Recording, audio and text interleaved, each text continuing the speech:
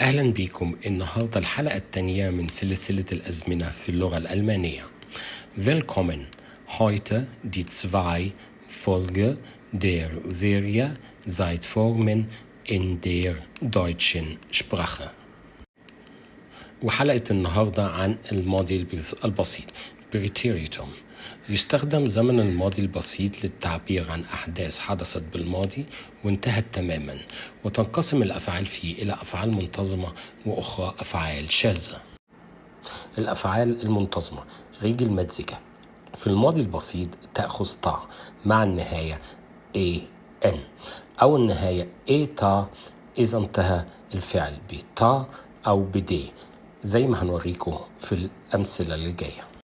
وأول فيرب معانا فيرب machen، حولناه لمختن، أضفنا التا. فيرب holen holten، فيرب besuchen besuchten. إنما في فيرب arbeiten عشان النهاية تا أضفنا تا arbeiteten. نديكوا تصريفات وجايبين لكم تصريفات الأفعال بتاعت arbeiten ومختن مع جميع البيرسونال برونومن.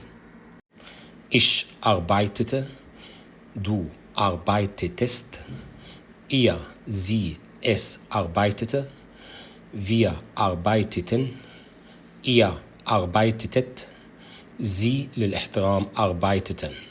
Verben machen في الماضي machten، ich machte، du machtest، ihr, sie وes machtet، wir machten وإيا machtet وزي للاحترام machten.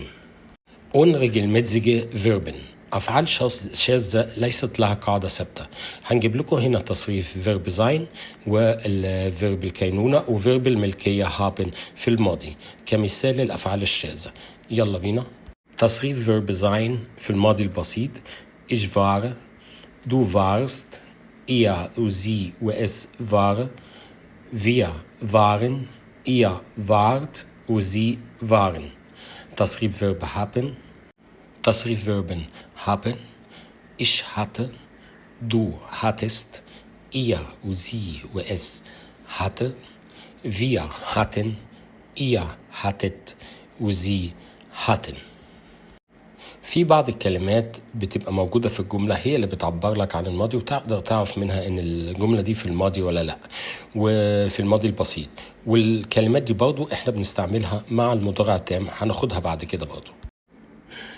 امبارح gestern، اول امبارح für gestern، امبارح بالليل gestern Abend، في وقت سابق früher، في ذلك الوقت damals، السنة اللي فاتت letztes Jahr. نديكوا بعض البايشبيل على الماضي البسيط باستخدام الأداة اللي بتعبر عنها. Früher hatten wir ein großes Haus. سابقا كان لدينا بيت كبير. Ich kaufte gestern ein rotes Hemd. امبارح اشتريت قميص أحمر. Ich sah gestern den neuen Film.